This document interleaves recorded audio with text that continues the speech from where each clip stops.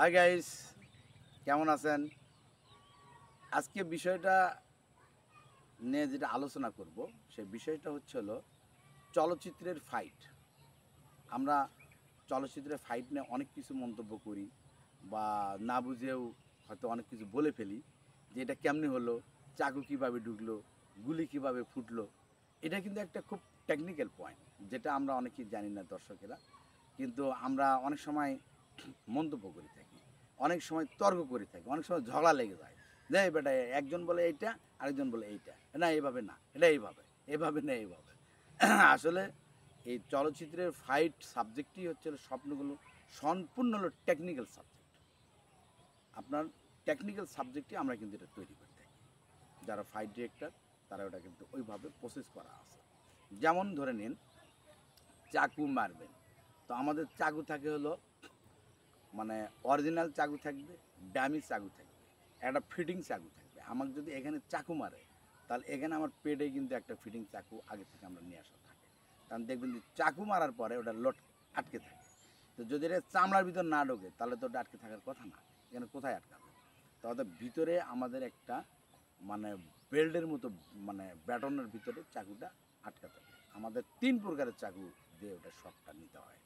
একটা অরিজিনাল চাকু, একটা মনে করেন ডামি চাকু, আর একটা আপনার হলো ওই ব্যাটনের সঙ্গে ওটা ডাইরেক্ট চাকু, মানে আপনার ঝালাই দিয়ে ওটা আটকে রাখা হয়।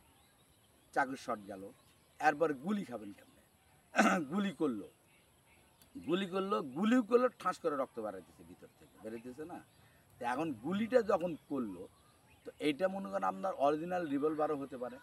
যদি অরিজিনাল রিভলভার হয়, ওটা তো আর বুলেট দিয়ে গুলি করা সম্ভব না। তাহলে অরিজিনাল রিভলভার ঠাস করে শুধু ট্রিগারটা টান দিবেন। ট্রিগারটা টান দিলে যে বুলেটের মনে করেন ওটা আওয়াজ হবে, ঠিসিয়াও। তো এই ঠিসিয়াও যেটা আওয়াজ হলো, এই আওয়াজের আপনার সাথেই দেখবেন যে এখান থেকে রক্ত বেরোচ্ছে। আমরা আওয়াজটা এডিটিংয়ের প্যানেলে লাগাই সাউন্ডটা, আর এখান থেকে বা এখান থেকে যেখান থেকে একটা লোকের বডির থেকে রক্ত বের হবে, আমাদের ওখানে কিন্তু আপনার হলো তার দিয়ে নিচ দিয়ে প্যান্টের সাইড থেকে এক পাশ থেকে মনে করেন কারেন্টের নেগেটিভ পজিটিভটা যখন আমাদের করা হয়, তখন এখানে আপনার হলো এটা হলো সুন্দর একটা মনে করেন এদিকে পলিথিন দিয়ে এখানে ভিতরে মনে করেন একটা সাপোর্টিং দিয়ে বডিতে, তার উপর দিয়ে কিন্তু ওই রক্তটা একটা কাগজে করে রাখা হয় বা পলিথিনে বা যে কোনো সিস্টেম করে রাখা হয়। ওখান থেকে মনে করেন জিনিসটা আমাদের কারেন্টের নেগেটিভ পজিটিভ করলে ঠাস করে গুলিটা বেড়ে যাবে। এটা একটা টেকনিক্যাল পয়েন্ট। কিন্তু বিশেষ করে এই প্রশ্নটা আমাকে অনেকেই করে থাকে, অনেক দর্শককে আমাকে বলে যে ভাইয়া ওই ফাইটের এই দুইটা বিষয় বুঝি না, একটা চাকু মারা আর একটা গুলি লাগা, এটা কিন্তু খুব ডেঞ্জারাস বিষয়। এই দুটা বিষয়ে বললাম। আর একটা বিষয় বলে যে আপনারা 7 তলার থেকে 10 তলার থেকে কীভাবে লাফ দিয়ে পড়ে যায়। বেসিক্যালি একজন শিল্পী যেই পড়বে সে এইরকম করে মনে করেন ঝাঁকিটা দেয়। ঝাঁকিটা দেওয়ার পরে আমাদের একটা সেম ড্রেসের একটা লোককে আমরা একটা মনে করেন মূর্তি তৈরি করা হয়।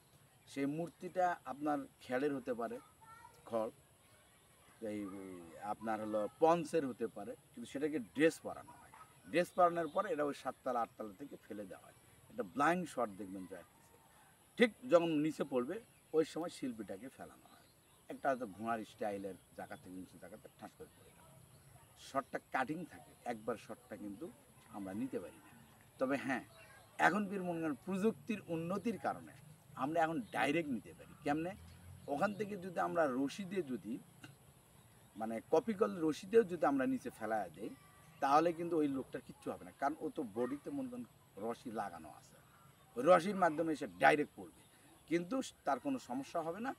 এবং ওই রশিটা কিন্তু আপনার এডিটিংয়ে আমরা কিন্তু কাটতে পারি।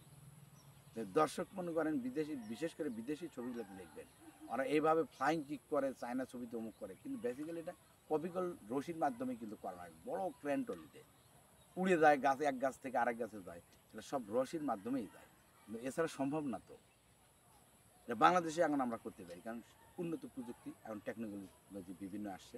এটা হলো মূল কারণ। তো এই ছিল আজকে হলো ফাইটের দৃশ্যপট।